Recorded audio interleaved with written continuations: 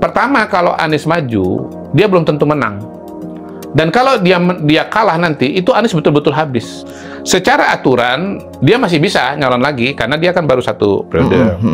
Secara opportunity politik, menjadi gubernur Jakarta lagi, itu sangat menarik. Karena dia akan punya panggung lagi untuk 5 tahun ke depan. Tetapi itu adalah upper side-nya dari cerita ini. Tapi ada downside-nya juga, sisi negatifnya. Pertama, kalau Anies maju, dia belum tentu menang. Dan kalau dia kalah nanti, itu Anies betul-betul habis. Dia batal menjadi tokoh nasional 25% itu saya sudah di-cancel out kalau dia kalah. Ternyata lo di Jakarta, lo ternyata nggak dapat gitu loh. Nah, yang kedua, peluang untuk kalah itu, nah ini mungkin bisa jadi judul podcastnya kita ini, gitu, bahwa Anies berpeluang kalah dalam Pilkada Jakarta. Kenapa saya sebut berpeluang kalah? Karena dalam Pilpres kemarin, dia tidak menang. Dia tidak peringkat 1, dia peringkat 2, walaupun suaranya tipis dengan Prabowo Gibran.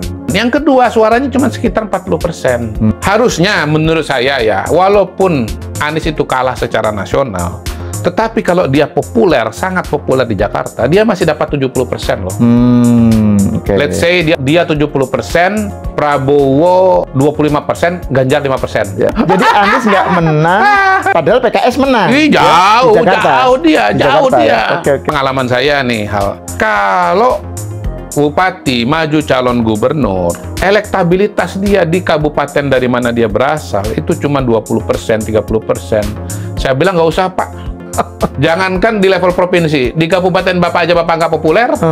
Tetapi kalau di kabupatennya dia 70%, 80%, menurut saya itu sinyal bahwa orang ini sebetulnya berhasil dan populer. Menurut saya itu lampu kuning berwarna merah, bernuansa merah buat Anies hasil Pilpres kemarin itu. Bahwa dia kalah dan cuma dapat 40%. Jadi sebetulnya ini sangat riskan. Mungkin kalau timnya Anies mendengar, sangat riskan bagi Anies untuk maju lagi.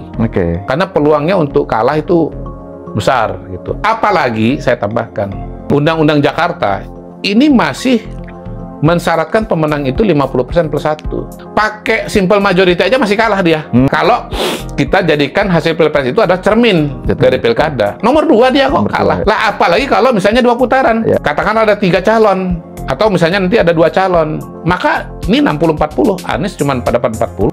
Saya kira dengan alasan-alasan itu memang pada hari ini mungkin ya, di atas 50% kemungkinannya, hitung-hitungannya Anies nggak maju sebagai gubernur di DKI Jakarta.